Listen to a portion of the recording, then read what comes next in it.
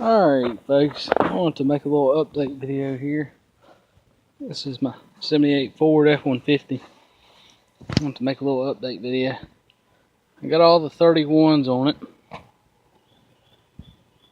And they look really nice. I love them. I like the way they look. Sits pretty good too. I just took it down the road.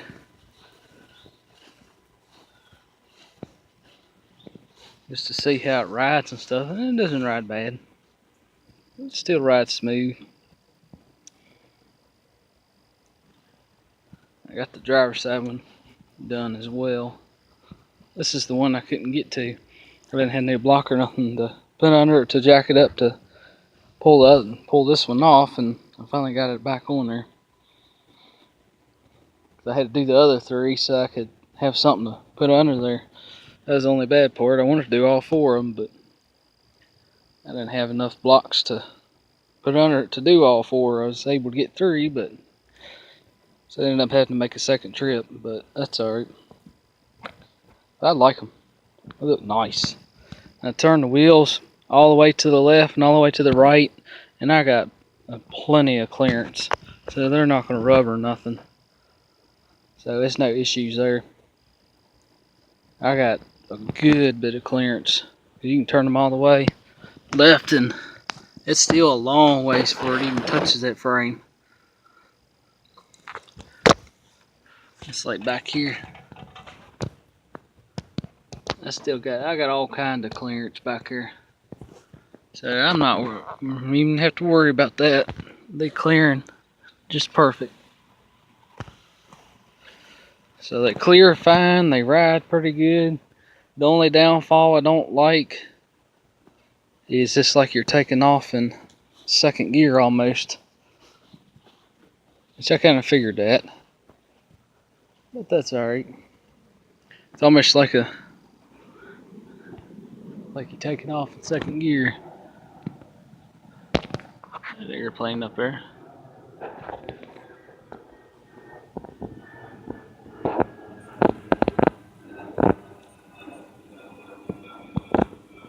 But anyway,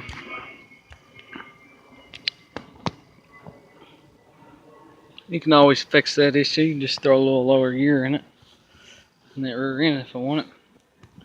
But I'm not really worried about that right now. But I can definitely tell a difference. Like when you're going in 55, I'm definitely not turning as much RPM. So actually, in one way, it might be kind of good. I want to try a little experiment here and see if it'll actually make it a little bit easier on gas. I don't think it will. Even if it doesn't, I'm not worried about it.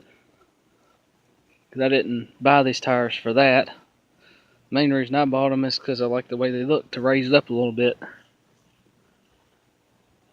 Now kind of when you look at it until you see that center right there, unless of course you look underneath of it. But when you just kind of glancing at it until you really look at that center, it almost looks like it's full drive now, but it's not. So that makes it look kind of neat because it raises it up a little bit. I'm gonna fix this bed. I got it at my friend's house right now, and he's being kind enough to let me keep it up here for a little while, about a week or two, and I'm gonna finally take it home. But I gotta fix this bed here. I don't like the way it looks. But I'm almost at the point I'm just gonna fix the bottom of this bed once it get everything straight on it. And I'm gonna fix the bottom of this bed here and just scuff it and paint it and let it go. Because it ain't gotta be perfect. I just want it to look decent. But it rides really good. It really don't ride too bad.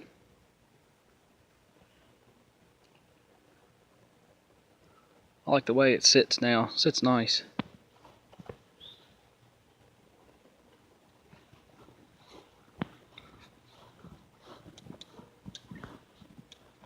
So that's one thing I can check off my list there. Now we got tires for it, and I bought them in the shop I got it from. They said they supposed to pass inspection, so they better, because that's the whole reason I even bought these tires, so they would pass inspection. So that's one thing to check off the list. Because eventually on down the road, once I get more money saved up, I'll put a nice set on here. But for right now, I just, money's tight right now, and I just wanted to get something on here that'll pass inspection and something that all four of them would match. Which I was going to originally just buy two of them and put them on the back, and then wait later on to get the other two for the front, but got a really good deal on them, and ended up buying all four and having all four of them put on. So that was a good deal. I'm glad I did that, because now all of them are matched. They're all the same, and same tread, same brand and everything, and that way it keep everything matching so it don't ride funny. Because I was just going to buy these two at the time and trying to save a little bit of money, but they told me if I got all four, cut me a deal on them. Because they only got about, probably about half tread left. Between quarter and half tread. They got a little bit of life left. They got just enough tread left to where they'll pass inspection. They'll last a little while. They'll probably get through this winter until maybe next summer, until I'll have to get another set. But that's the main thing. I just want to get something on here so I can get a sticker. Because the next thing on the list is I'm going to come back to getting these brakes right. I'm going to take and get all new drums and get all new shoes and wheel cylinders and start getting them right. And I was checking these wheels on the front. I think I'll have to do the same thing to the front that I did to the back, because I had to put new wheel bearings in the rear end on the back and new wheel seals, because you can't just replace just the wheel bearings without doing the seal, because the way it's made on them axles there, you gotta replace the whole thing. It's kind of the domino effect, because in order to get to that seal, you got to destroy the old bearing just to get to it, and you might as well go get you two good bearings for it and do them both, because that's the only way to do it. So I got all that done back there. It's got new wheel bearings on both sides on the back and new wheel seals, and I pulled the center out and the pumpkin out, checked it out, make sure all the gears look good and all that looked really good. The rear end looked really, really good. There's no metal or no chips in the teeth, no broken teeth, nothing like that. I mean, everything looked good. The gear pattern looked nice. The backlash felt good. So the rear end's pretty good. So the next thing on the list here, we're going to start attacking these brakes here, and we're going to work our way from the back to the forward. Work our way from the back to up front here, get all that.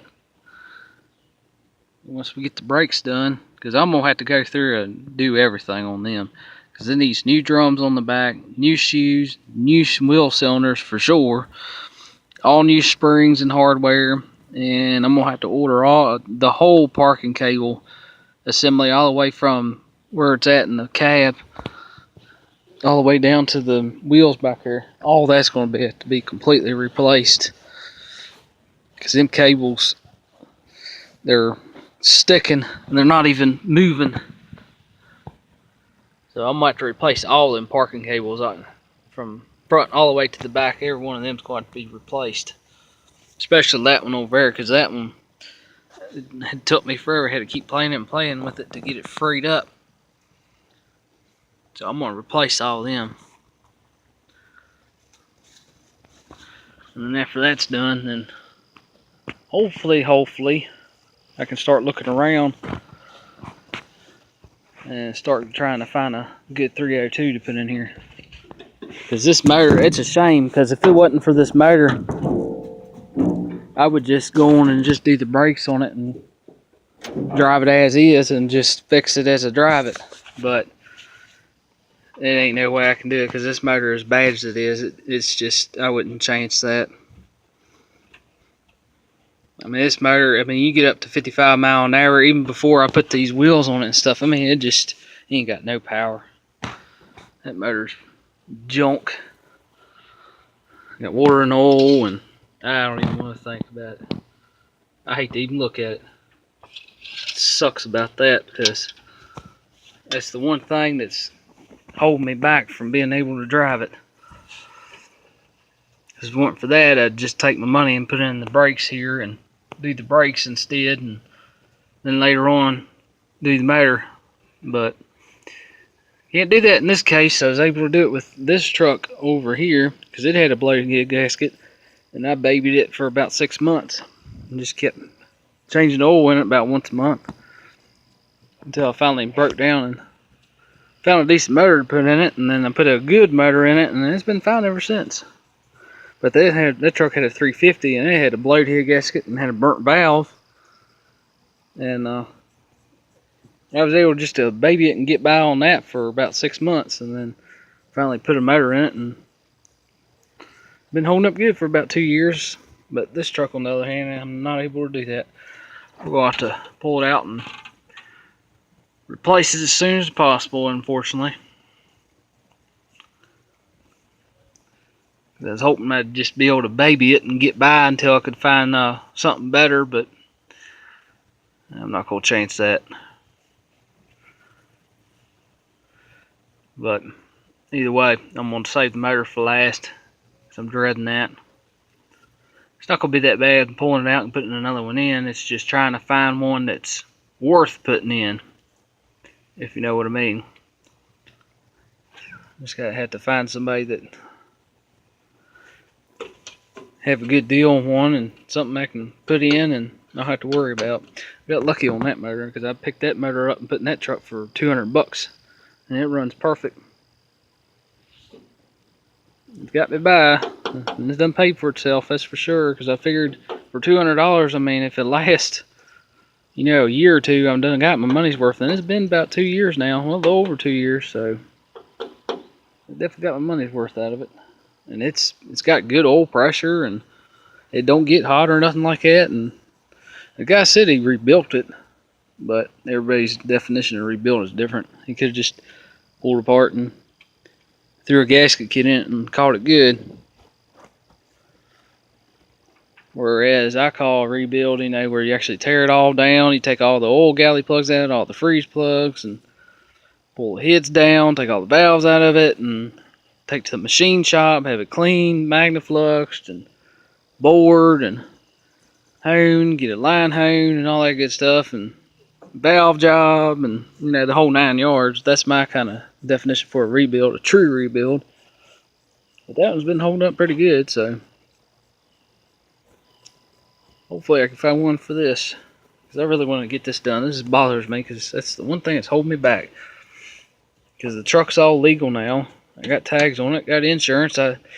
Nice thing about it, I was able to do it, is everything on this whole truck I paid cash on. So this truck is truly paid for. It's completely paid for. Don't owe nothing on it. I paid cash for the truck. Paid cash for them tires. I paid cash to get the tags on it. Paid cash to pay the insurance off for 6 months. And it makes it nice. It's hard to do, but I was able to save up and do it, and that's why I want to try and keep doing this truck. That way I don't have to go in debt. So hopefully I can get 302 for it for kind of a decent price. Anybody out there knows what a decent 302 goes for, let me know. I'm kind of thinking around the same ballpark as that 305 I put in that truck. I'm thinking about, you know, $200-300, something like that. And, you know, not a whole lot, unless somebody's, you know, put a cam and put aluminum intake, or, you know, something like that. I'll pay a little bit more for something like that, but just for a bone stock 302, I don't think it'd be too much. I don't want to have to pay a whole lot for it. I just want something that runs and got good oil pressure and don't get hot and don't smoke, and got the new blade head gasket like this one, and something reliable.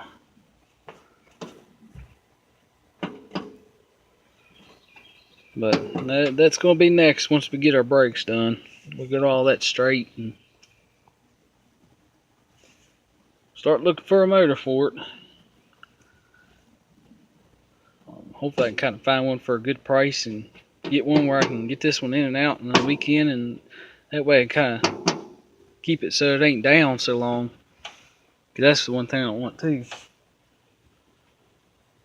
I don't want this truck to be down for like, a week or month or two. Cause that truck, that's the main truck I had, and that truck was down for a week.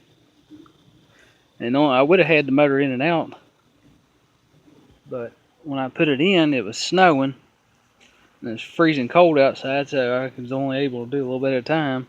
Then go in, get warmed up, then I come back out, put a water pump on it, go back in, get warm again, then I put my radiator in it.